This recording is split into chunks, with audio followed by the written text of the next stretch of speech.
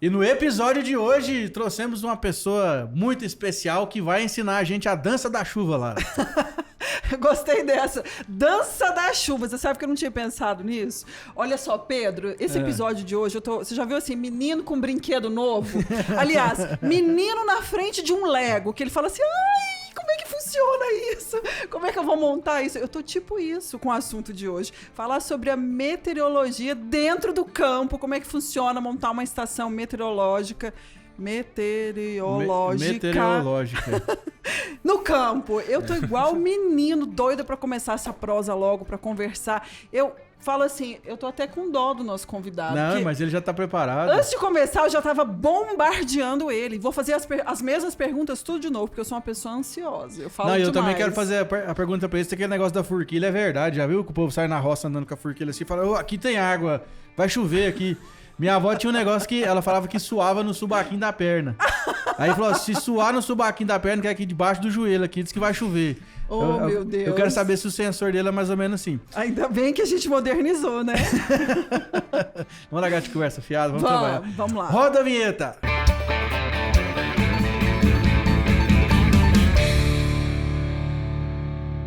Bom dia, boa tarde, boa noite. Então estamos aqui hoje para mais um episódio do nosso querido Agro 2 Podcast. Como é que você tá, Lara? Eu tô bem demais, feliz demais com esse nosso podcast de hoje, um assunto inédito que até então a gente não tinha trazido pra cá. E além de inédito, é um assunto que a gente costuma falar pouco, porque no mundo agro. Na verdade, eu acho que esse episódio ele é inédito. Não aqui nessa bancada, mas ele é inédito na internet, porque eu nunca vi um podcast sobre esse assunto. Pois é, hoje tá interessante, viu? Então, se você chegou, se apruma aí na sua cadeira, que hoje o papo tá bom.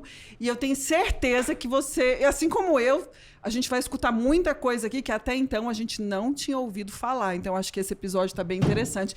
E falar interessante, uma coisa não tem nada a ver com a outra, você já tá seguindo a gente? Você já deu aí, já deixa o seu like antes da gente começar, pela simpatia aqui desse casal aqui nessa bancada. Você já dá um like aí pra gente e começa a seguir a gente aqui no YouTube. E também tem o nosso canal de notícias, nosso portal de notícias, que é o www.agro2.com.br. Todos os dias nós temos notícias do mundo agro. Então você vai lá, viu? E dá uma olhada lá depois que você terminar de ver esse episódio. Isso, também a gente tem agora também o canal de corte, né, Lara? Então a gente vai deixar o link aqui na descrição desse vídeo pra você se inscrever no canal de corte. Porque às vezes você tá meio corrido aí, não dá tempo de assistir o episódio completo, que dá mais ou menos 1 hora de duração.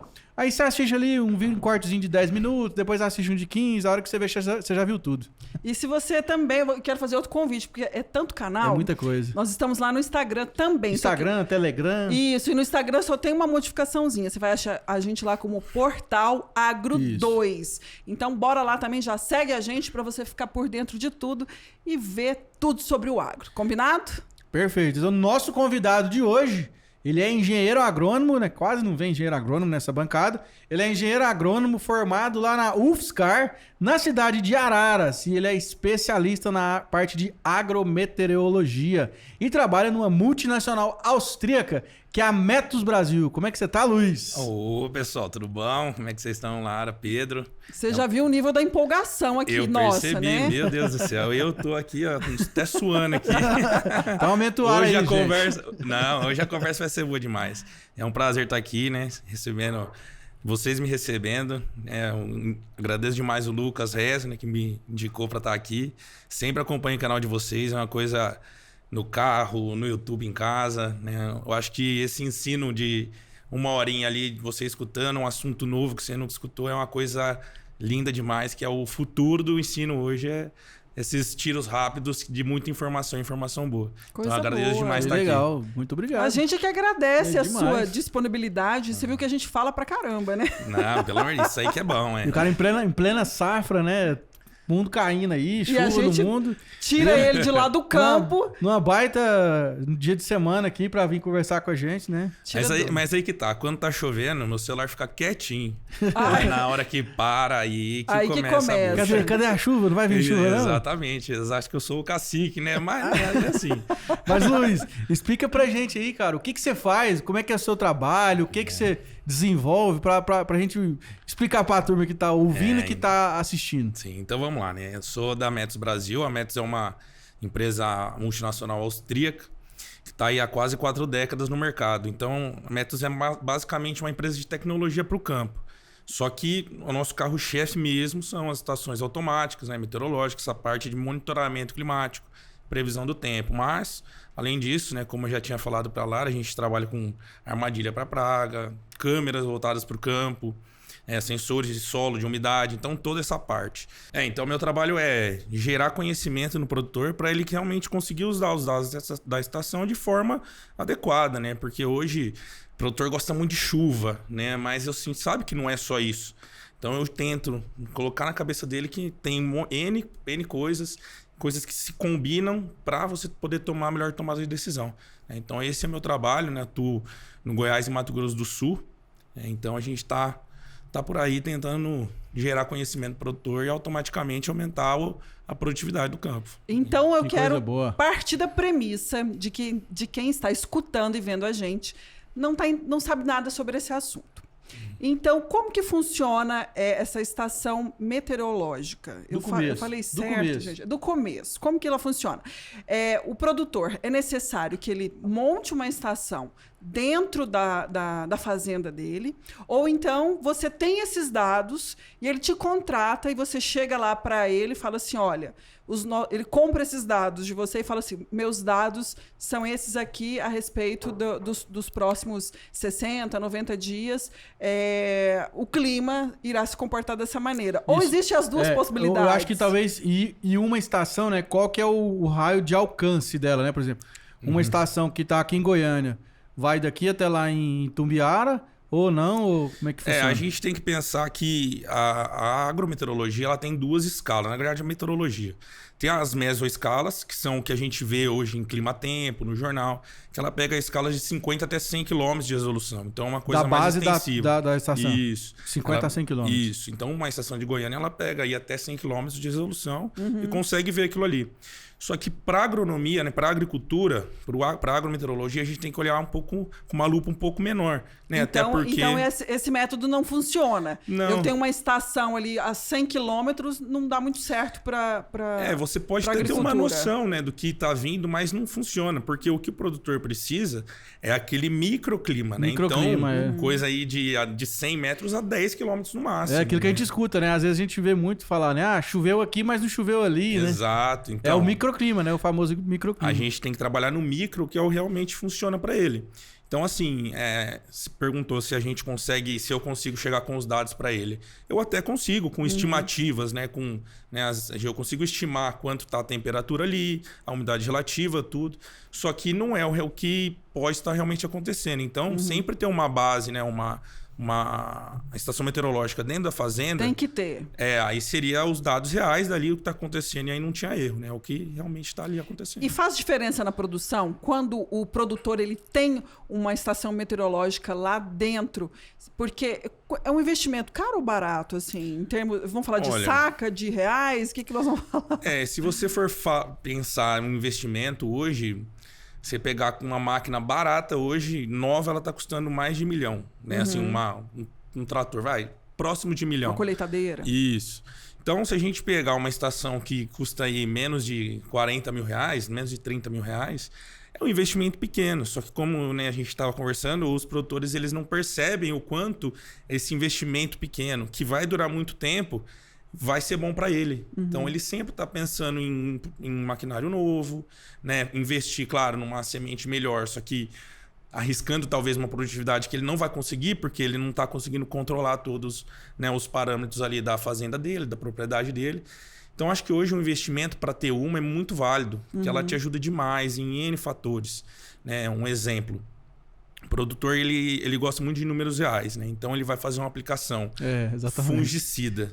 Ele aplica ali. Aí se pergunta, quanto tempo dura no solo, né, o residual dele? Ele, 28 dias, né? Porque 7, 14, 21, 28, é sempre assim. Só que hoje, né, se a gente pensar, a partir do momento que esse fungicida caiu da barra e entrou ali em contato com a planta ou com o solo, o único fator que está influenciando sobre ele é o clima, né? Então, Por exemplo, se choveu nas próximas 48 horas depois da aplicação, quanto isso vai impactar no residual? Isso, a eficiência da aplicação, né? Até para melhorar a translocação dentro da planta, né? Então, assim, tudo influencia. Temperatura, umidade relativa, radiação, né? Vai influenciar se vai deteriorar esse produto mais rápido ou não.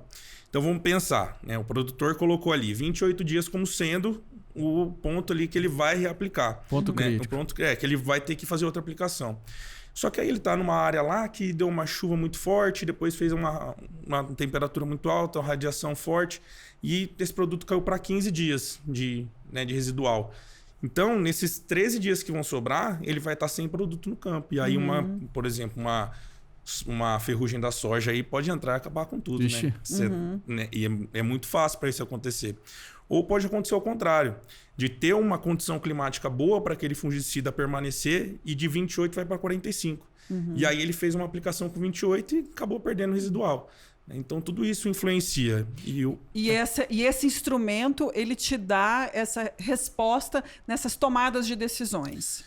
As estações meteorológicas elas são automáticas. Então tudo que está acontecendo ali no campo, ela está te mandando a cada hora, periodicamente, para você, todas as informações. E não só ali, né? Às vezes manda até por API, para o pulverizador, por exemplo, que está fazendo a pulverização, já manda informações como velocidade de vento. Isso que eu ia te perguntar, isso já é integrado ali com o sistema de inteligência da máquina.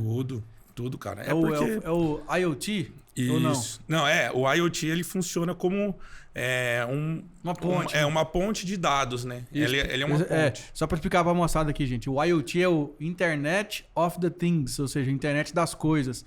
Porque é o próximo passo que a agricultura está dando, né? Até o Lucas com certeza. falou pra gente, um abraço, Lucas, que as máquinas vão conversar entre si, né? Elas já conversam de alguma maneira, né? Não, hoje, por exemplo, o produtor lá, um maquinista, ele está aplicando, né? O tratorista está aplicando. E assim, tem N fatores que dependem para a pulverização ser bem sucedida ou não. Então, velocidade de vento, para você não ter deriva. A estação está pegando os dados e está mandando direto para o trator. Temperatura e umidade relativa, mesma coisa. Já manda tudo lá na tela. Então, o tratorista ele pode ter a tomada de decisão ali. Ele não precisa depender se tá ou não, colocar o dedo para fora para ver se tá ventando, né? Com a biruta lá, né? Como é que é o suor aí no joelho que você falou? Suar no subaco da perna. Exatamente. Não precisa disso, então. Mas isso é uma coisa real que eu já escutei. Aí, tá vendo? Eu perguntei pro produtor, falei assim, cara, mas como que você vai saber se vai chover e tal? E ele era irrigante. Na verdade, ele fazia o molhamento. Ele não irrigava, fazia molhamento. Molhação. Aí eu falei pra ele, cara, como igual aquela novela que passou muitos anos aí, Molhação, como é que era? Tem todo ano isso aí. Falei pra ele, cara, como que você vai saber se vai chover, né? Você joga água e tal. Ele, quando a cicatriz do meu joelho dói, é porque vai chover. Falei, cara, mas duro que tem explicação científica para isso, mas você vai ficar, né, baseando ali. A biodinâmica, a agricultura biodinâmica, né? Tá vendo? Agricultura natural. Eu sou meio cética, eu sou a favor da ciência. Eu acredito. Você acredita? Eu acho assim, Lara, tudo que é a favor eu acredito, você entendeu? Mesmo? Se for para ajudar, tá ok, né? Agora, se for negativo, aí eu não acredito.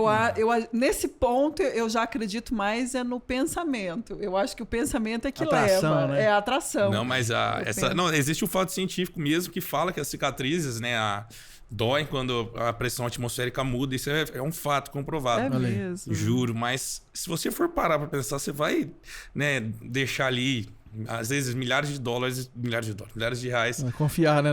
Confiar numa intuição dessa.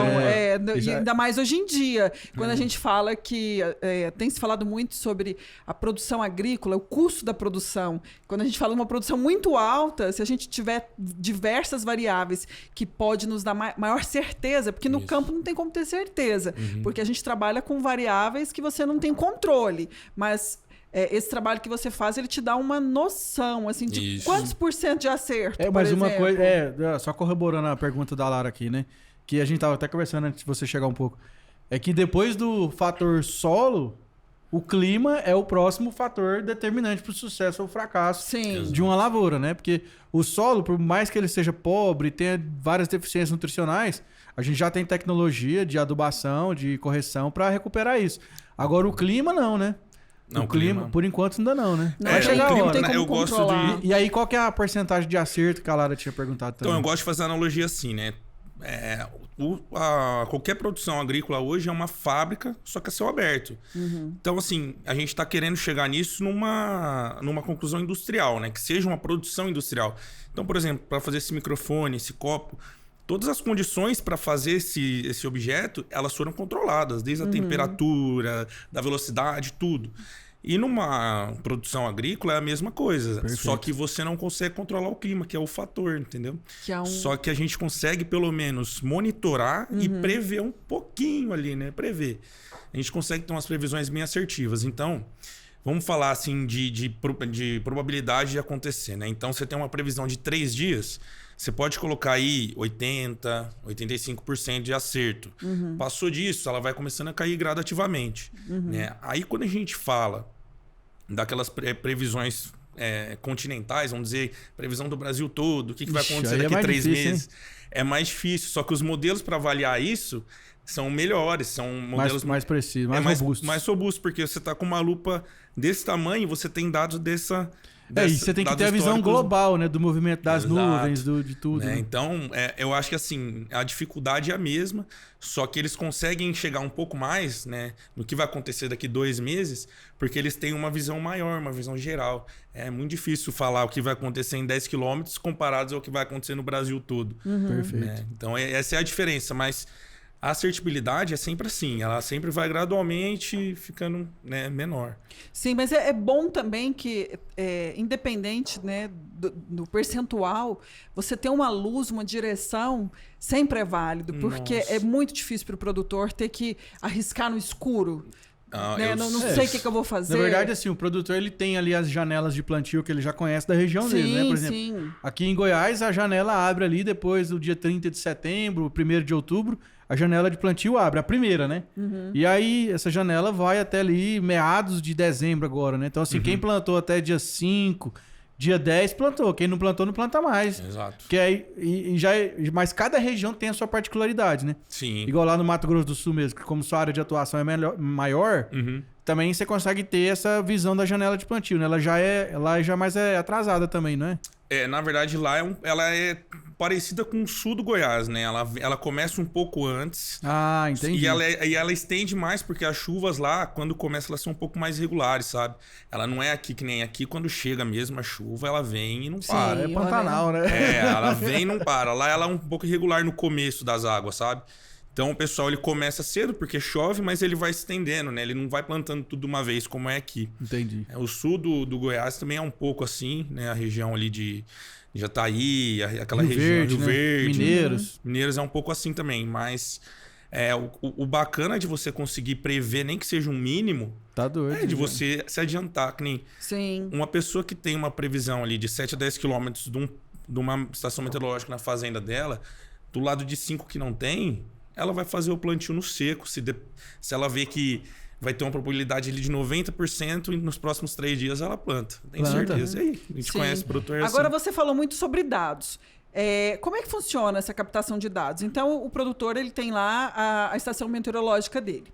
E aí ele tem esses dados. Esses dados vão para onde? Eles vão para a empresa? Ou ele tem um computador lá que ele tem esses dados na mão? Ou ele precisa passar por um consultor para fazer essa tradução desses dados para ele?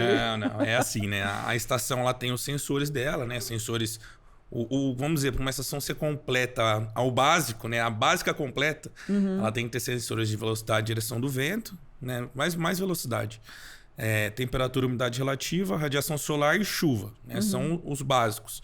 Com isso, você consegue calcular evapotranspiração para irrigante, consegue tudo isso. Só que todos esses dados, eles vão automaticamente para o celular do produtor, mas na hora. Então, assim, a interpretação é dele, então. Isso, só que o meu trabalho é mostrar para ele como ele consegue usar aqueles dados de forma precisa. Né? Então, tem muito produtor que ele fala assim, a estação, como elas funcionam com chip, né, 2G, 3G, 4G, elas conseguem mandar avisos. Mas mesmo sem internet ela consegue mandar? Como é que funciona? Porque pelo 3G, ela é como se fosse um celular. Então, a cada 1 hora ela manda uma mensagem de WhatsApp, vamos dizer, pro site e pro celular. É tudo, né? Tudo um código binário lá, mais ou menos. Que ela manda as arquivo informações. TXT, ela manda. E aí é que eu te perguntar, porque Só pra ilustrar pra quem tá até ouvindo a gente, né? Porque eu tenho certeza que pode ser que você já tava andando numa estrada de chão alguma vez ou outra. E você viu lá no meio do nada, né? Uma estaçãozinha. Eu falo que é uma casinha. É um postezinho que tem uns painelzinhos solares e tem um negocinho rodando em cima, né? É aquilo, né? É essa estaçãozinha. É exatamente ela, né? Só que a gente tá num modelo hoje eu falei aqui de maneira leiga, né? Mas é exatamente isso mesmo, né? Ela trabalha de maneira autônoma, ela tem um painel solar e uma bateria, então durante o dia ela trabalha com o painel solar, trabalha com o painel solar carregando a bateria, à noite ela usa a bateria. Então, assim, ela é uma estação, uma ferramenta para você colocar no campo e só usar, sabe? Você não precisa se preocupar com ela. Claro, época de chuva, vale ali você dar uma limpada no pluviógrafo, fazer esse cai-bicho, folha, terra, é normal. Só que você não precisa esvaziar ele, né? O que a gente vê muito, em usina principalmente a gente via, toda manhã na época de chuva, saiu um gurizinho lá de moto, passava em todos aqueles pluviógrafos de cerca, coletando, esvaziando. Então, assim, isso não existe mais, né? Anotando, isso não existe mais. Faz tudo de forma automática e faz... É um pluviógrafo, então ele pega conforme o tempo, né? Então não é só o volume, ele pega conforme o tempo. E já manda pro aplicativo, o cara não precisa nem anotar nada, só abre o gráfico no celular, bonitão. Tudo lá, mapa de chuva, então ele consegue fazer um mapa de calor, onde tá com déficit hídrico, onde tá com menos. Então, assim, é tudo... Então, o produtor conectado. ele não fica dependente então de um consultor. Você pode ensiná-lo a fazer a leitura daqueles dados e é simples, não é complexo assim para ele fazer essa leitura. Não é complexo, né? Assim, o meu trabalho justamente é fazer ele usar aqueles dados, porque muito produtor você dá o carro mais luxuoso na mão dele que faz até voa. Ele só usa para ir no mercado, só para ver chuva o produtor usa. Então eu tento mostrar para ele que existe muito mais além de chuva. Boa. Né? Vou dar um exemplo aqui. A gente tem um cliente em Minas, ele é produtor de café e café produz sempre em altitude, né? Então é muito propício a geada. E aí eu falei para ele, cara, a estação ela faz isso sim, né? Ela te manda avisos. Ele falou, cara, vou usar isso aí. E aí ele colocou um aviso, quando a temperatura chegar a 4 graus e a umidade relativa tiver mais que 80%, você manda uma mensagem para mim. E aí deu 3 horas da manhã, tocou o celular dele, né, numa madrugada fria, lá na época de frio. E aí ele viu que ia dar geada. E ele foi correndo para a lavoura e irrigou todas as mudas dele. Então, aí fez a irrigação de salvamento ali. Irrigação de salvamento salvou todas. E os vizinhos dele, em contrapartida, não fizeram você entendeu? Não tiveram. E na verdade, se ele quisesse também, dava para automatizar isso aí, né? Na hora que chegar nessas condições, a própria irrigação ligava sozinha também. Lá no momento ele não tinha, mas se ele tivesse uma irrigação... Mas é possível. Claro, possível. É possível. Ficar tudo interligado, então. Tudo interligado. Esse vai ser o grande objetivo, né? Assim, para o futuro, por exemplo, irrigação, você tem um pivô lá, né? Faz automação de pivô. Você tem tudo ali. Se choveu, a estação marca.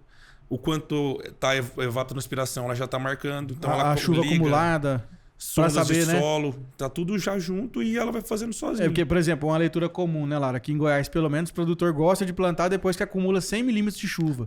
Isso. Por quê? Porque ele já sabe que já perfilhou não, né? Já penetrou no solo ali uma quantidade de água que já tem uma condição de umidade ideal para a semente germinar. Sim. E aí ele consegue ver, por exemplo, já tem 120 milímetros acumulado. Bora tacar a semente no chão. Exatamente. Ela te dá todos os dados. E essa estação, é possível também ver a umidade do solo com ela ou não? Sim, a gente trabalha... Assim, a gente tem também sondas de solo e o pessoal usa com muita efetividade isso, cara. É até assustador, porque assim... Como a gente trabalha na parte de agrometeorologia, o pessoal que é irrigante, eles são muito tecnificados. E aí eu falo, é assim que funciona, é assim. E eles sabem usar muito melhor do que qualquer pessoa da empresa. Eles têm já, lá, eles já têm, né? Amanhã eu sempre falo que a gente nunca vai ser mais perto do produtor. Então não adianta a gente tentar ser, porque a gente não vai. A gente só mostra como é e vai acompanhando o conhecimento dele. Né? As dicas que ele dá, aonde colocar, aonde não, assim, isso é bacana demais. A gente teve até um caso, um produtor aqui de Cristalina, ele bateu o recorde mundial de produção de trigo em um dia, sabe? Assim, colheu, acho que 160 sacas de trigo em um dia, assim, e tudo usando sonda de solo e irrigação por pivô e tudo certinho, acompanhando tudo, sabe? Eu achei muito bacana. E essa sonda de solo vocês oferecem lá também? Temos, elas são todas interligadas também. Pois é, eu tenho até uma dúvida então. Quando o produtor rural ele chega até você e quer contratar esse sistema todo, é um pacote, são vários itens, ele escolhe o que ele deseja, Como é que funciona essa contratação? Na verdade, não é nem contratação, ele adquire esse kit, vamos falar assim. Aí ele escolhe o que ele precisa, você indica, porque tem assim, desde do mais básico até o top de linha, vamos falar assim. Normalmente, assim, os produtores eles têm muito receio, né, dessas coisas não funcionar, será que vai dar? Não sei, sabe? Então, assim, eu sempre ofereço para ele, falo assim, não, cara, vamos fazer o seguinte, começa com um pequeno aqui, testa, vê se funciona para você, se você gosta. Aí eles já começam a acordar e ver a chuva no celular, né? Choveu a noite inteira, ele vê a chuva, nossa. Ah, tá. Aí ele, não, então vamos ver se a gente consegue colocar uma sonda ali em pivô meu. Aí ele começa a analisar a sonda e assim vai crescendo. Né? O produtor sempre começa com um pequeno. Mas eu acho que isso não só na área de tecnologia, mas é para todo produtor é assim, né? Você vai plantar uma variedade de soja nova, ele não planta a fazenda toda. Primeiro ele planta... me dá aí, deixa eu plantar um saco de semente aqui para ver. Vai usar uma aplicação de fungicida novo? Ele é testado. Eu acho que faz parte da característica do produtor. Ser mais cauteloso. Exato. Só que assim, né? O produtor que ainda procura, eu acho que ele é o cara excelente, né? Ele é o cara. Porque tem muito produtor que nem quer saber, confia na cicatriz que dói, né? Tem muito produtor que é assim. Eu acho que esse produtor... ele tem que abrir o olho, porque ele é o que está, vamos dizer assim, fadado a sair do mercado futuramente. Hoje, que nem você comentou do custo de produção, hoje está muito caro. Sim. A demanda está muito maior do que estava. Né? Acho que no episódio do professor, né, do José Alves, vocês comentaram que estavam 63 milhões de hectares plantados. 63 milhões. A safra passada... estava com 71 milhões já. Então, assim, começou a aumentar demais. Por quê? O preço está atrativo. Os produtores de gado, eles estão conseguindo produzir a mesma quantidade ou até mais num espaço menor. Então, essas terras que eram de gado, eles estão mandando tudo de agricultura hoje. Né? Tanto eles estão abrindo áreas, como outros produtores estão comprando áreas. E isso só vai gerar o quê? Mais demanda por produto que já está escasso. O preço vai subir. E quem não tiver uma agricultura de precisão, mas lá desde do planejamento de qual variedade vai colocar, até o último grão ser escoado, quem não foi esse cara, passando pela parte da agrometeorologia, que é controlar ali o clima na hora de uma aplicação, o quanto esse fungicida vai durar, como eu falei, esse cara, se não fizer desse jeito no futuro, ele não vai conseguir. Né? Então, por exemplo, hoje a gente tem mais de 5 milhões de unidades produtoras, né, no país. A Métus é a maior rede agrometeorológica nacional. A gente tem, vamos dizer, 3.500 estações hoje funcionando no campo. Isso não dá nem 0,1% de todas as propriedades rurais. É um oceano azul ainda, né? Você tá entendendo? Então, assim, é uma coisa que o produtor ele precisa abrir o olho, porque, como a gente falou, é um dos fatores mais limitantes que tem numa plantação. E é o único que a gente consegue controlar. O solo a gente consegue fazer um manejo bom para ele, a gente consegue, água a gente pode optar por uma irrigação, mas o clima não dá. Não tem jeito, né? E mesmo porque os desafios climáticos estão tem cada vez mais surpresas. Porque com esse aquecimento global, com essa emissão de gases, o clima tem mudado muito. Nossa, então está cada vez mais difícil prever, porque a gente estava até falando nos bastidores que o clima ele tem muito a ver os comparativos, né, do que foi no passado, você tira lá da história para você ter uma previsão do seu futuro. Mas como o nosso presente nós estamos vivendo uma condição que a gente não viu no passado. Então está difícil prever esse futuro. Está oscilando muito. Está oscilando muito. É uma coisa que está demais. Teve uma notícia hoje, um relato, por exemplo, do Rio Grande do Sul. A safra deles de milho não vai dar. Eles vão ter quebra assim, de 60%, 50%, porque não chove lá. Né? A gente está com um laninha ativo faz um mês mais ou menos, e vai continuar ativo. E esse laninha, ele deixa os corredores de umidade aqui para a nossa região abertos, então tem chuva para cá, só que afeta muita chuva lá no Rio Grande do Sul, né, no sul do país. E isso está acabando com eles. A soja ainda está aguentando, né? Ela é plantada um pouco depois, mas o milho, que já estava numa fase um pouco mais avançada, tá feio lá, cara. Que lapada, hein? E isso mostra, né, essa oscilação de clima, de tudo que está acontecendo. A gente está cada vez mais difícil prever o que vai acontecer. Então, esse que é um... Então, como está cada vez mais difícil, adquirir esses equipamentos se torna imprescindível também para poder ajudar e minimizar os prejuízos e também aumentar a produção, para poder chegar no máximo da produção. Com certeza. Auxiliar a tomar decisão, né? O objetivo sempre é esse, né? E a gente fala janela de pulverização mesmo. Cara, você consegue prever quando vai ter um vento mais forte, uma temperatura um pouco mais elevada ou chuva na próxima semana, em 7 dias. Então, o produtor ele consegue planejar uma janela de pulverização para esses 7 dias. Né? Por exemplo, na sexta e no sábado vai estar muito vento e muito sol. Então, eu vou planejar ali para o começo da semana a minha aplicação. Para o fim de semana eu fico mais tranquilo, né? Tomo meu café, toco uma viola ali e acabou. Né? E antes você não tinha isso. Você deixava uma aplicação para fazer na sexta, você ia fazer na sexta. Independente de qualquer coisa. Independente de qualquer coisa. E aí perdia na eficiência, perdia produto, perdia dinheiro. No custo, né? exatamente. Então, quando você fala de controle de pragas, é nesse sentido? Porque assim, eu tava lendo algumas coisas, né? Fala assim que não, você tem uma estação meteorológica, né? Eu sou ótima, eu falo assim, meteorológica. A Lara já sai daqui já produtora rural. Já sabe. E diz que eu quero que você me explique isso, que ajuda no controle das pragas. Como que isso é possível? Por conta dessa pulverização? Ajuda, exatamente, né? Assim, vamos pensar, você tem que nem eu falei, a janela de pulverização e na segunda-feira é bom para você pulverizar. E as pragas estão lá comendo, solto. Só que o que acontece? Se você entra num dia ruim, com muito vento, umidade e temperatura relativa muito alta, você perde produto. Não vai ser eficiente para o que você está querendo fazer. Aí você vai ter deriva, você vai ter volatilização do produto, então o produto nem chega a afetar o inseto. E tudo isso vai afetando para você ter aumento de praga, aumento de doença, aumento de tudo. Então, assim, aumento de produto também. Claro. Que nem eu falei, a escassez hoje está grande e o preço está muito alto. Você perder produto é uma coisa que já é inviável. Não tem mais como perder produto. No valor que tá, né? No custo que tá um produto. Que você tá vendo aí, glifosato, por exemplo, que é um dos mais usados, batendo R$80 o litro. Ano passado, Lara, era R$20 o glifosato. Não tem. Produtor hoje está sofrendo que não tem glifosato.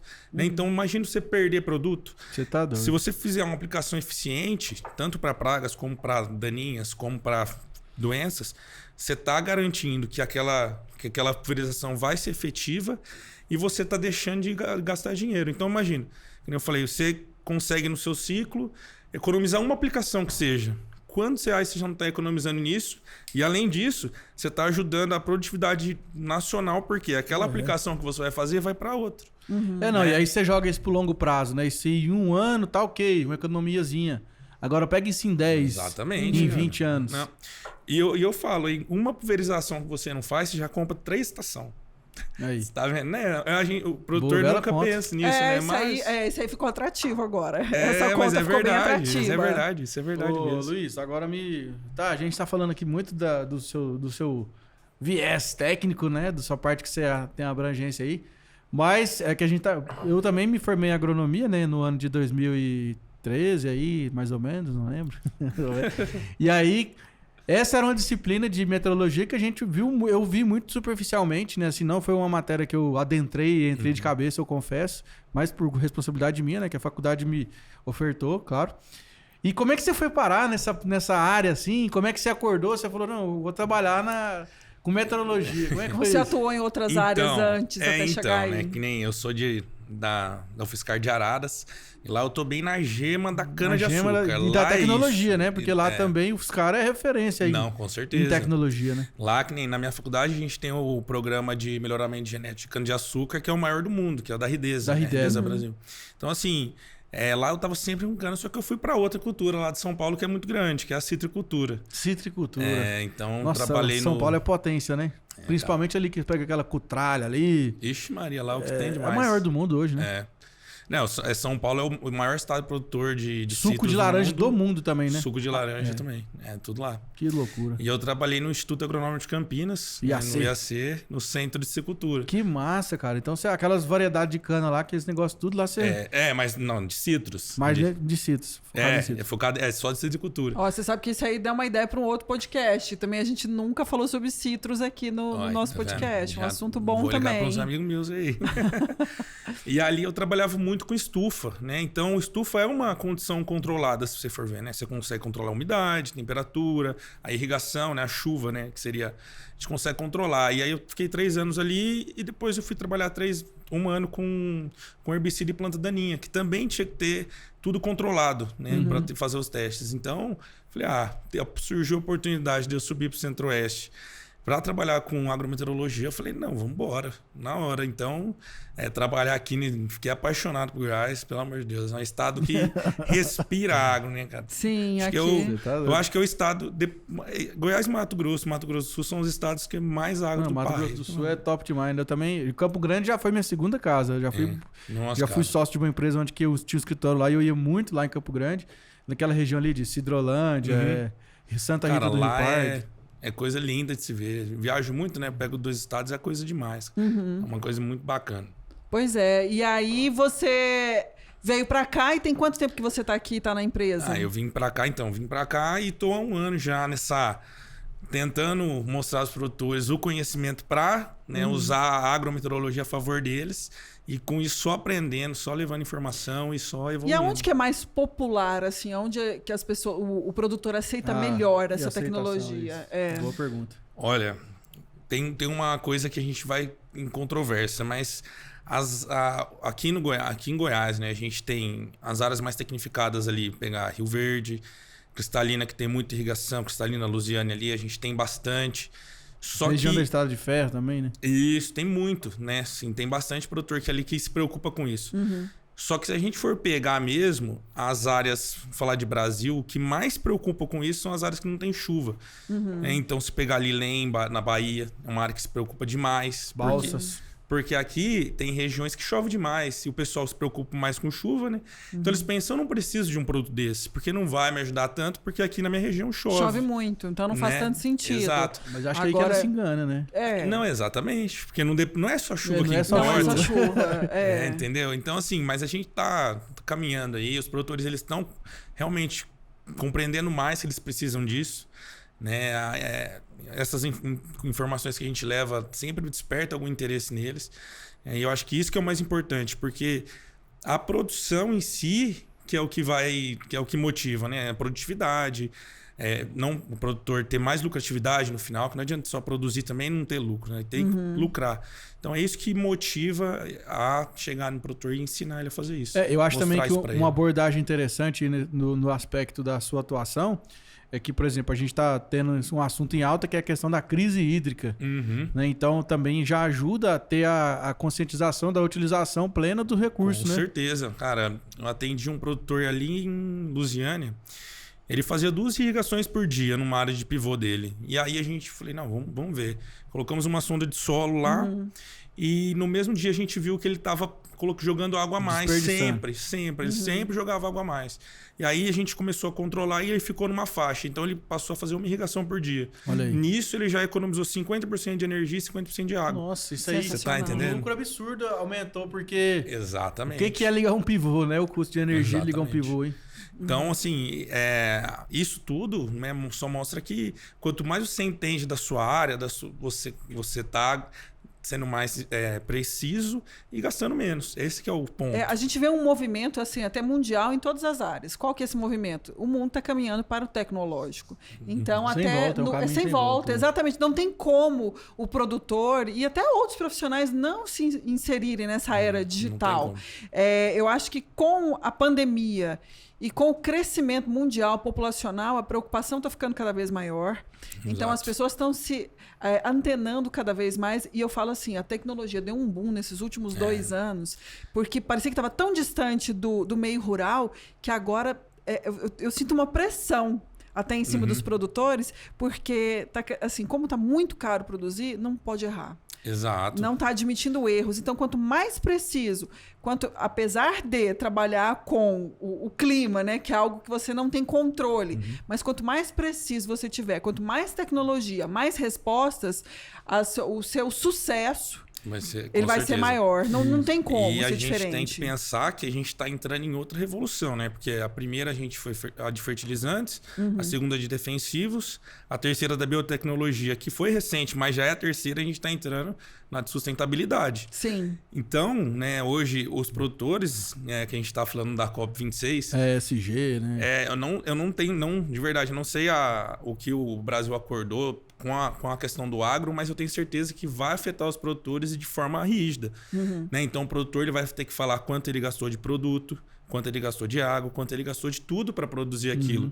Né? Então, quando você tem um controle disso, você vai estar na frente de um monte de gente que vai ter que se adaptar para fazer tudo isso. Né? Exatamente. Então, é uma coisa que tem que ter. Um dos pontos abordados lá na COP26 do Brasil é que o Brasil reduzisse em 50% ou mais a questão do desmatamento. Né? Que a gente sabe que o Brasil, apesar de ter uma legislação ambiental duríssima, né? A mais rigorosa do mundo, não tem espaço para o produtor errar mesmo, de fato. A gente, hoje cedo, na reunião lá que a gente participou do demonstrativo dos resultados, uma autoridade política lá citou que o custo da produção do milho, por exemplo, aumentou 96%. Exato. Aí você imagina o impacto disso. E quando você tem um tipo de ajuste fino como esse, onde eu consigo saber a quantidade certa de irrigar, consigo saber o dia certo de plantar, o dia mais eficiente da aplicação. Sim. É de grão em grão que a galinha enche o papo. Exato, que nem o começo da nossa conversa eu comentei, né, do fungicida, que ele vai se deteriorando, né? E tem os dias. Cara, tem plataforma que faz isso sozinha. Ela usa a informação da estação para calcular o quanto está sendo deteriorado ou não aquele produto, né? Então você escolhe o produto que você aplicou na plataforma, linka ela com a estação e ele faz isso tudo para você. Então ele pode falar daqui 10 dias seu produto vai vencer, ou daqui 5, ou daqui 30, entendeu? Então assim, isso é uma coisa que, né, são poucos produtores que usam, mas é uma coisa que... Mas o produtor, ele tem dentro dessa tecnologia, ele tem a capacidade de saber qual produto tem um prazo maior no solo ou não? Tem, então, assim... Para ele escolher um acho produto... que aí vai da molécula, né? Que ele está utilizando, né? Para ele escolher esse produto. Cada produto já tem seu tempo ali, só que ele tem o tempo dele... Ele provavelmente teve o teste, né? Teve todos os testes e tal, só que em uma condição climática. Sim. Você tá entendendo? Quando Aí vai quando ali a gente coloca... mesmo, aí é diferente o movimento. Agora, a pergunta que não quer calar, Luiz. A Lara falou, o produtor chegou lá, te ligou, como é que eu começo? Como é que eu faço o começo aqui do controle para entender a meteorologia do meu microclima, da minha fazenda? Quanto que custa pro produtor, se você puder falar, né, lógico. Quanto que custa pro produtor? Você foi lá, fez diagnóstico, falou, você vai precisar da estação XYZ acoplada no sistema tal aqui. Quanto que vai ficar isso, mais ou menos? Depende do tamanho da área. Então, a gente depende, né? Como eu falei, o produtor normalmente ele começa com um pequeno, que seria um chuva e temperatura, ou chuva, temperatura e umidade relativa, que ele vai começar ali a mexer com aplicações e tal. Ou ele já pega uma completa. Então, mas assim, o custo, vamos dizer... Se a gente for pegar para fazer um pacote para ele, vai de 7 mil até 30 mil. Ele depende... Nesse leque, ele tem várias opções. Isso por ano, por mês ou só na aquisição? Não, é uma paulada só. Por isso que eu digo que... então é barato vale a pena demais, é isso que eu tô falando. então. Qual que é a vida útil do equipamento desse? Não é a vida útil, é o quanto você tiver um cuidado ali com ela. 20, 30 anos, vamos falar. Você vai ter que trocar ali a bateria. É de graça. E o investimento para o pequeno e para o grande produtor é o mesmo. É o mesmo, sempre foi. A tecnologia é a mesma. É a mesma Aí coisa. eu preciso colocar mais sensores no campo ou, assim, depende da... Então, né, normalmente assim, a gente trabalha com produtores que são um pouco maiores, com um mapa de chuva. Então a gente sempre coloca uma estação completa no meio ali da propriedade dele e espalha os menores. As volantinhas pequenas. Que aí a gente consegue fazer aquele mapa de calor, onde tem mais água, onde tem menos. Isso tudo com base nas informações que a estação tá dando. Tá, Luiz, agora assim, essa pergunta pode ser um pouco polêmica. Mas porque o povo brasileiro, eu acredito que 99% é trabalhador, é honesto, é esforçado, mas a gente sabe que a gente tem aquele 1% fiozinho de ouro, né? Sim. Fiapinho de manga, como diz o professor José Alves. Existe alguma estatística que você já tem, que você já viu, e isso não acontece, por exemplo, de o povo roubar essas estações no campo, assim, ou não, é coisa da minha cabeça de brasileiro. Olha, de verdade, cara, é uma coisa que é muito raro. Eu já vi acontecer, mas é muito raro. Por quê? Uma peça isolada. Porque o pessoal não entende o que é aquilo lá. Né? O pessoal passa do lado, vê porque aqui uma na coisa cidade branca. A gente vê o povo roubando fio de poste para pegar o cobre, né? Por Mas exemplo. aquilo lá, assim, o pessoal ele não entende e ele tem certeza que ele não vai usar aquilo lá mais para nada se um dia ele roubar. né? Porque é uma coisa que ele não sabe o que ele tá roubando, então ele não sabe para quem vender. Então, assim, eu já vi acontecer, talvez possa ter de alguma outra fazenda, não sei, né? Tô especulando, mas é uma coisa muito rara de verdade acontecer. Graças a Deus. É uma coisa bem rara. Também dá pro cara fazer um segurinho também, né? Às vezes desse equipamento, né? É uma coisa... Ixi, produtor... Vai comprar outro, né? Não, mas tô brincando, brincadeira, mas é muito raro mesmo, cara. Não, mas é uma pergunta que ocorre, né? Porque Sim, porque Sim, com certeza. o cara pode passa lá no meio do acontecer. nada, não tem ninguém olhando, não tem câmera. É. E o cara vê aquele negócio parecendo assim, né, uma nave assim, espacial. A estação completa, que seria um pouco maior, ela sempre fica mais próximo da sede, então ela fica mais afastada, né? Ai, porra. Aí as outras são pequenas, né? Elas são, né, um tamanho assim que não vai chamar tanta atenção, né? E a cultura cobre também, elas não ficam ali no meio, não é tão... Mas também não tem perigo da máquina perigoso. passar em cima não ali, o trator. Ah, já aconteceu, acontece, né? Isso aí acontece, cara. Mas a gente sempre tenta tirar sempre Faz um do cercadinho caminho, ali, faz né? um Com uma cercadinho. sinalização. Pra não ter Isso, esse perigo. Pra não ter esse erro. É isso Ô, aí. Luiz, eu imagino que você deve rodar muito essas estradas por aí, né? Cara do céu, eu adoro. Eu gosto de rodar, mas roda, hein? Tem alguma história inusitada que você lembra, assim, que você passou apertado com alguma situação? Cara, já teve várias, né, cara? Mas teve uma vez, acho que foi a pior. Eu tava... Nossa, que cidade que eu tava indo, cara? Agora... Tuiutaba. Faina, né? Faina. Faina não. Nossa, rapaz, daqui um dia eu vou ser cancelado lá Cara. no Faina, que o tanto que a gente fala Faina aqui. Mas não é só a gente, Eu lembro, não, todo mundo olha, pra fala. você ter noção, eu não lembro nem que eram umas duas cidades próximas. E aí eu fiz todo o trabalho em uma. Acho que. Não lembro se era Chapadão do Céu, Chapadão do Sul. De verdade, eu não lembro. Na divisa, Goiás, Mato Era a Grosso do divisa, Sul. Goiás de Mato Grosso. Só que aí o produtor, ele chegou e falou, não, a gente vai... Preciso de você vir aqui e tal, fazer isso. E eu fui lá, ele queria conhecer a estação. Eu fui lá, em Chapadão do Sul, conversei tudo, expliquei pra ele e tal. Pro cara, ele falou assim, tá, mas quem falou pra você vir aqui? Eu falei, não foi, né, o tal cara? Ele falou assim, não, aquele lá é meu irmão. Aquele lá é um cara chato, não gosto dele. Aí que eu fui perceber, a cidade era outra, e eu coloquei no mapa fazenda tal, e era o mesmo nome porque eram irmãos. Só que entendi. eles se odiavam. Aí pronto. Ai. Aí eu fui conversar com o outro, no fim eu não vendi nem pra um, nem pra pro outro. outro. E perdeu a viagem. Perdi a viagem, não consegui, cara. Essa acho que foi uma das... Passei um aperto, porque isso acontece parte. demais no mundo, né, dos produtores. Vizinho ali, às vezes, tem uma rincha tão grande, cara. Não, Se principalmente você quando é vai de em família ele que... nem olha mais na sua cara, porque você não... Principalmente quando é família que dividiu a herança da Exato, fazenda cara. lá. Eu passei um aperto nessa. Que era Chapadão do Céu, Chapadão do Aí Sul. você Fui numa fica fazenda errada. naquela bola dividida ali, né? E agora eu vou lá falar Deus com o do outro. céu, cara. Foi Eu acho tão perrengue. engraçado escutar isso, né? Porque parece assim tão arcaico quando a gente fala de inimizade entre vizinhos, coisa de Senhora. irmãos. Enfim. E lá ainda só agrava porque Chapadão do Céu não conversa com Chapadão do Sul, cara. É Olha uma coisa só, impressionante. Não, eu não quero saber de Mato Grosso do Sul. Aí chega lá, eu não quero saber do Goiás. E fica naquela briga. E eu senti na pele isso aí, cara. Complicado o seu papel ali no meio disso tudo. Nossa Senhora. Nossa. Agora sim, você falou que viaja muito. O que é comum para você efetuar essa venda? Você que tem que ir atrás do produtor, ou você espera ele ir atrás de você, ou você chega nas propriedades, você tem aquela sua rota ali, você fala assim, oi, deixa eu oferecer esse produto Bate a porteira aqui. lá, Então, normalmente a gente tem muitos parceiros, né? Como eu falei, eu trabalho às vezes com o Lucas Ezio, a gente tem pessoas que indicam muito a gente, sabe? Assim, então, o meu trabalho basicamente é organizar tudo que tem, a demanda, e escolhendo rotas e vendo o que está acontecendo. Né? E sempre visitando clientes que eu já tenho, né? Vendo, Monitorando. Vou pegando ali os pontos. Que no campo Tô tem numa- muito boca a boca, que a gente já Exato, conversou né? aqui. E hoje, aonde que fica a sede da Metros Brasil? A nossa sede fica em Itajaí, Santa Catarina. Né? Lá, como é uma empresa austríaca, lá próximo do porto, então fica tudo mais fácil ali na logística. E todo o equipamento vem de fora. Todo equipamento vem de fora. A A gente tecnologia não tem de nenhum fora. fornecedor. A gente tem um fornecedor brasileiro que é um sensor de solo, mas o restante é tudo de fora. Né? E aí, Todos- por exemplo, cada estado aí tem um profissional. Isso, cada estado tem um profissional. No Brasil a gente está espalhado e sempre, né, ajudando o produtor, fazendo a representação também, né, tudo isso.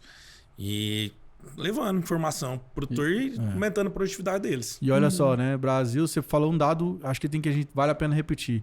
5.127.499 fazendas ativas Rapaz, no Brasil. Coisa. falou tudo. E aí você tá em 3.500, você não tá em nenhuma ainda. Não tô nem 1%, cara. Não, você Tem, não tá né, em tem meio por outras cento. empresas, mas não chega. E é sinal que realmente isso mostra, né, ô Lara, o mar de oportunidades que existe no nosso agronegócio brasileiro. Sim. E o que tem de upside, né? De ponto pra cima pra crescer, e né, cara? mostra, né, esse gap de produtores, né, essa demanda de produtores que às vezes não fazem nem ideia que existe né? uma Isso. estação desse tipo, que ela influencia tanto na sua produção. Né? Por muito produtor, como eu falei, é chuva para eles, tá bom. Né? Sempre deu certo para mim. Por que eu vou mexer com coisa a mais? Boa. É por isso que eu gostei da gente ter trazido esse assunto aqui, porque você mesmo comprovou o nosso achismo, que é um assunto pouco falado, até pouco comentado. Sim. E os produtores também ainda estão engatinhando para certeza. essa tecnologia. Com certeza. Mas a gente viu também que é uma tecnologia que resolve, que com certeza só está começando e cada vez mais veio para ficar. Hoje a gente tem tanta tecnologia no campo, né? Assim, nossa senhora, é tanta coisa. E quando eu digo que só está começando, não é a sua tecnologia, é não, a aquisição sim, dessa tecnologia. A democratização, né? O acesso. O acesso. Sim, só que assim, é que nem tem tanta tecnologia, tanta informação no campo, que eu acho que até o Lucas Zezio comentou sobre isso, que daqui a pouco o produtor ele vai ter que contratar uma pessoa só para entender todos os dados da fazenda. Né? Hoje acontece muito em usina, eles têm o centro de operações. Então lá, cara, se olhar, tem uma sala cheia de TV, cada TV com uma plataforma, cada TV com uma informação. Dashboard. E ali pessoas mesmo, parece aquelas salas de jornal assim, todo mundo Redação olhando de a jornal. redação, todo Sim. mundo olhando uma e passando as informações para o campo. Né? Isso vai ser uma coisa que vai ser dependente demais do futuro. Né? Tanta informação. E nisso tudo, a informação de clima, eu acho que é uma das mais fáceis para entender, porque você já entende, só precisa analisar o que está ali na sua frente, porque você já sabe que a temperatura que está, você sempre soube, passa na TV todo dia, temperatura, umidade relativa, se vai ou não chover, só que você precisa administrar isso dentro da sua propriedade, né? Que eu acho que é essencial. E você falou também que a Metos ela oferece um sistema de câmeras, é isso? Você falou foi isso? Então, é que assim, a Metos ela é uma empresa não de agrometeorologia, né? Ela é uma empresa de tecnologia para o campo. Então a gente tem linhas de armadilhas automáticas de pragas. Então, ela seria uma armadilha que tem uma câmera lá e ela manda O que duas é isso? ou Como três. que funciona isso? Me explica. Que eu já estou imaginando assim, eu já fui lá no desenho animado, imaginando a armadilha. Como que Vamos isso? imaginar, né? Uma caixinha triangular e embaixo tem um piso colante que ele cola. E aí a gente coloca uma armadilha mesmo. a gente coloca um atrativo ali para certa feromônio. espécie, um feromônio, né? E aí essa espécie é atraída e ela vai sendo capturada. E dentro desse aparelho ele tem uma câmera que ela vai tirar, dependendo da sua programação, 2 a 3 fotos por dia. E nisso ela vai mostrando, ela identifica e conta quais insetos estão ali caindo e faz tudo para você, um gráfico de como está o crescimento populacional, né? Então, para tomada de decisão, O Instar, isso né? Que legal. Não, isso aí, cara, é uma coisa que a gente está desenvolvendo junto com vários clientes grandes, né? Usinas, grupos, que para o futuro isso vai servir como se fosse um alarme mesmo. Né? Você tá ali com a sua produção, pragas que vêm de fora para dentro, você coloca na bordadura. Cara, chegou nessa aqui, você já entra com alguma coisa lá. Já, tá na hora de e aí entrar. Sempre na entrada, porque ela Esse te é um avisa. alerta, ele te dá um alerta e um dependendo da dos quantidade usos dela, de né? insetos ali capturados, eu sei se essa praga ela tá vindo com tudo ou não. Exatamente. Você consegue ver como que tá a pressão de praga naquele local que tá a estação. Agora uma curiosidade, armadilha. assim, que foge até um pouco do assunto, mas vocês devem saber me responder. Toda lavoura tem praga ou não? Toda lavoura tem Tem praga. que controlar. Algum momento vai As ter que que não tem são controlar. as casas de vegetação. E olha lá que às vezes ainda aparece, mas são toda elas. cultura eu tenho que controlar a praga. Toda não tem cultura. jeito. Não é que toda cultura tem que controlar, É porque mas eu falo assim, às vezes é possível você prever isso antes. Antes de eu fazer o plantio, eu tenho como preparar tudo para que essa praga não chegue até a minha não, cultura. o que você faz é um estudo daquela área para você entender quais são os pontos mais fracos daquela região e aí você se prepara, né? Um dos recursos mais utilizados hoje é a questão da semente transgênica.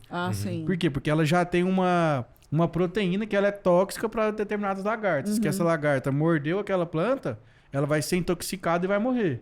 Então já é um mecanismo natural que evita uma aplicação. Mas tem outros manejos que também facilitam, igual, por exemplo, cobertura de solo, momento certo de aplicação, excesso de umidade também, tudo, muita coisa. Mas dá N para fatores que influenciam nisso, né? Mas zerar... Não tem como, né? Na verdade, em não algum momento pode. você vai ter que fazer um então, controle. isso que eu ia falar. Na verdade, você não pode zerar, porque você abre brechas para pragas que ficam tolerantes àquele manejo que você está dando para elas. Né? Então, você sempre tem que ter um escape ali, de um pouquinho de praga, um pouquinho de praga na lavoura, para você não deixar elas resistentes ao manejo que você está fazendo, que seja defensivo, alguma... Um dos casos mais comuns mesmo de resistência que a gente vê aí é a questão do glifosato mesmo. Há muita planta que há algum tempo atrás ela morria com glifosato, hoje já não morre mais. Por exemplo, buva, capim amargoso. Isso aí é igual tomar um café, o glifosato pra eles. Você entendeu? Já não faz não faz efeito nenhum, nada, já acostumou. Tá no DNA já. Usou tanto neles que assim, os resistentes foram se reproduzindo. Selecionou os indivíduos, né, resistentes. Ô, Luiz, cara, mas muito obrigado pelo nosso bate-papo aqui. Eu fico agradecido demais de estar aqui. Prosa boa, né? Foi bom você ter colocado uma luz a respeito desse assunto e a gente entender a importância desse controle e ver que o campo está caminhando cada vez mais para essa alta tecnologia. Então, eu vejo que essa tecnologia, vocês estão há 40 anos, mas que ela... de fato está sendo vista agora. E é muito bom a gente falar sobre isso, você trazer essa luz e a gente trazer essa luz para quem está ouvindo e nos vendo. Com certeza. Obrigada demais Obrigado pela a vocês. aula. Convite aí, tá doido. Qualquer dia, bora tomar uma cerveja aí, bater mais papo de agronomia, de agricultura. Vamos, eu tô organizando com os patrocinadores pra gente tomar cerveja no podcast aqui também. Daqui um dia vai sair. Volta aqui um dia, hein? Quando tiver isso aí. Ô Luiz, mas quem quiser encontrar o seu trabalho nas redes sociais, o site de vocês, enfim. É só digitar, né? Aí. Digitar Metos Brasil, que vocês vão encontrar Metos, METOS Brasil. No Instagram, em qualquer rede social, tanto no YouTube. Dá uma gugada lá que...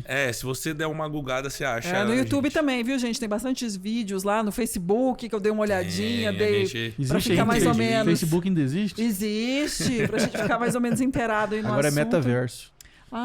Mas tá Facebook ainda. Nós vamos ter que vamos ter que fazer um episódio, Lara, sobre o metaverso na agricultura, porque daqui um dia vai ter fazenda digital também lá. Vai ter gente controlando um trator com óculos assim de realidade virtual. Eu vi a conversa do povo vendendo terreno lá no metaverso de R$1 milhão aí. Tá doido. 1 milhão? Pois eu vi uma mulher que comprou uma fazenda. Comprou uma ilha. Virtual por mais de $3 milhões. Igual aquela igreja que vende terreno na Lua? É tipo isso.